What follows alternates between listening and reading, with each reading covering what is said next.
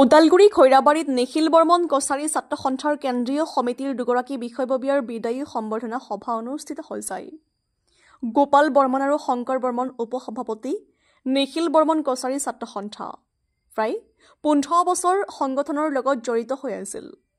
বিশেষ অসুবিধা হেতুকে আজি আনুষ্ঠানিকভাৱে সংগঠনৰ পৰা বিদায় লয়। বিদায়ী সম্বৰ্ধনা সভাত কেন্দ্ৰীয় সমিতিৰ বিষয়ববীয়াসকল উপস্থিত থাকে। নামখলৰ পৰা চিন্তু কলিতাৰ ৰিপৰ্ট, AIN লাইভ। মই নিজে পছততে এখন সৰু সুৰাকে কষ্ট নকৰোঁ।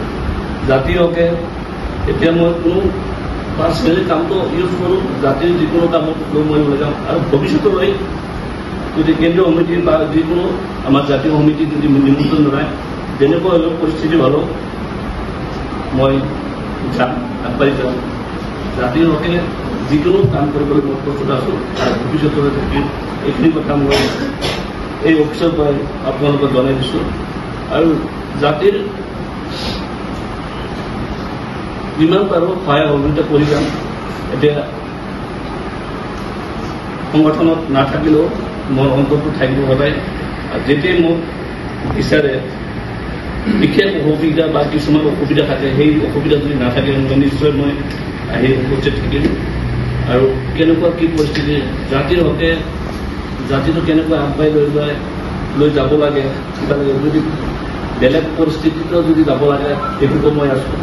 আৰু এতিয়া মই কেনেকুৱা কি আগবাঢ়ি যাম, সকলো আমাৰ সংগ্ৰহ সংগঠন ৰাইজৰ সহায় সহযোগিতা লৈ পেলাই মই আগবাঢ়ি যাব লাগিব যিকোনো ক্ষেত্ৰত। আৰু এই প্ৰচেষ্টাতে মই আজিৰ এই বিদায় সভাতে আৰু এজন আমাৰ মাজৰ পৰা সতীৰ্থ বিদায় লৈছিল। তেখেত হৈছে গোপাল বৰ্মন। তেখেতে কামৰূপৰ জিলাৰ নিখিল বৰ্মন ছাত্ৰ সন্থাৰ উপসভাপতি আছিলে। তেখেতো আমাৰ মাজৰ পৰা বিদায় লৈছে। তেখেতক আমি শুভেচ্ছা জ্ঞাপন কৰিছোঁ। লগতে তেখেতসকলে জাতিটোৰ হকে জনগোষ্ঠীটোৰ হকে যাতে আগন্তুক দিনলৈ ছাত্ৰ সন্থাৰ বাহিৰত থাকিও কাম কৰি যায়, তাকে আমি আহ্বান জনাইছোঁ। যিকোনো খবৰ আৰু বিজ্ঞাপনৰ বাবে যোগাযোগ কৰক 7896121996 লগতে 7002537271 আৰু 9854011916।